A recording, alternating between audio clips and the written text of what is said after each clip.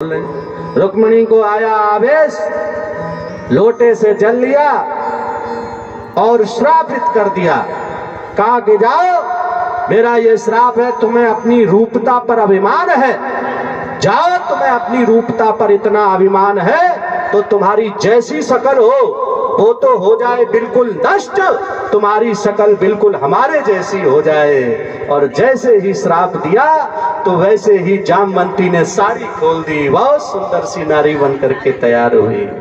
प्यारो, पुराणाकार वर्णन करते हैं कि कभी कभी श्राप भी वरदान बन जाता है। आज जामवंती को श्राप दिया। गुरुदेव स्वामी सावधान करते हैं, भगवान ने उस मणि को लिया और सत्राजित के सामने गए, सत्राजित के हाथ में मणि दी तो आंखों में आंसू भर के वह बहुत रोया। कहा, प्रभु हमसे अपराध हो गया, हमने आपको मणि की चोरी लगाई। आंखों में आंसू भर भर के बहुत रोया। उसने मणि ली, अपनी बिटिया सत्यभामा का हाथ लिया, कृष्ण के हाथ में दिया, दहेज के रूप में वह मणि दे दी।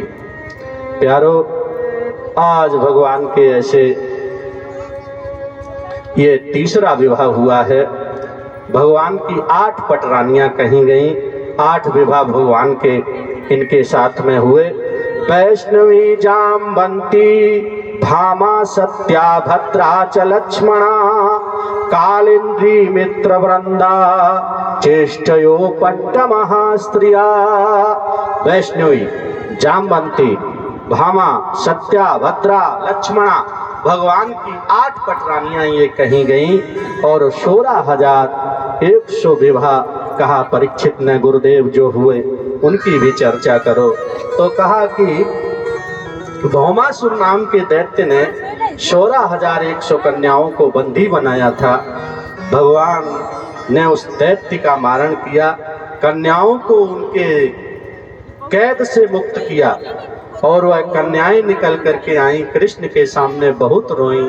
कहा, भगवान अब इस संसार में तुम्हारे अलावा मेरा कोई नहीं है, कोई मेरा वरण नहीं करेगा।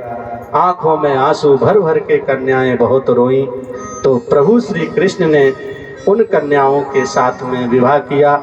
तो कहा परीक्षित, 16,108 विवाह भगवान के इस तरह से हुए। तो कहा, तुम्हें एक ऐसी कथा हम सुनाते हैं, सुनो। एक राजा थे इसी धरती पर। एक दो पवनम राजन जगयो दुर्मकुमारिका बिहर तो शाम्ब प्रद्युम्न चारु भानु गदादया।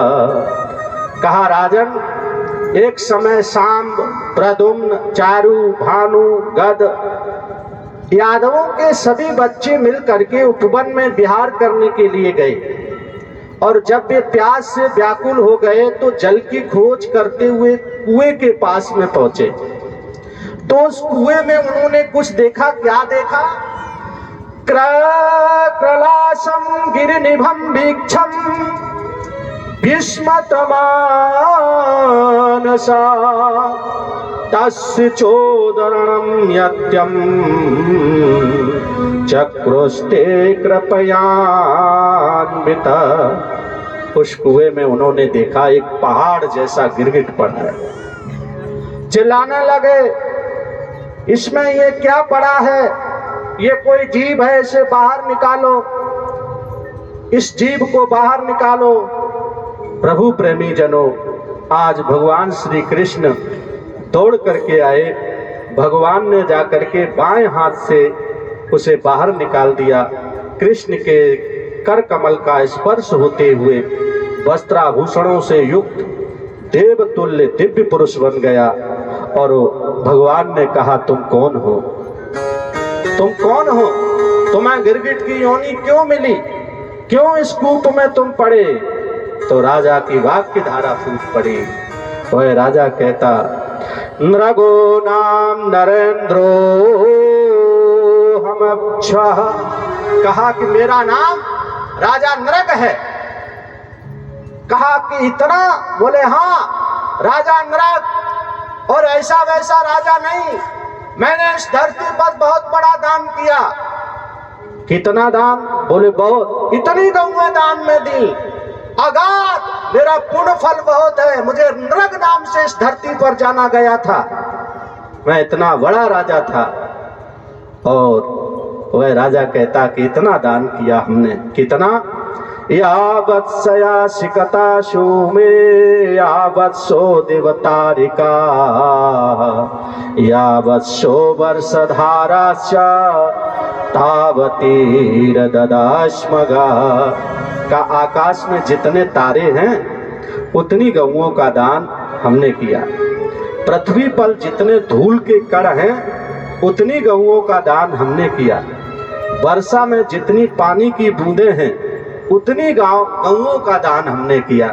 तो बोले कि जब तुमने इतना बड़ा दान किया तो फिर तुम्हें ये गिरगिट की योनि क्यों मिली? तो कहा हमसे एक अपराध हो गया था, और वह अपराध कोई साधारण नहीं, बहुत बड़ा अपराध हो गया था।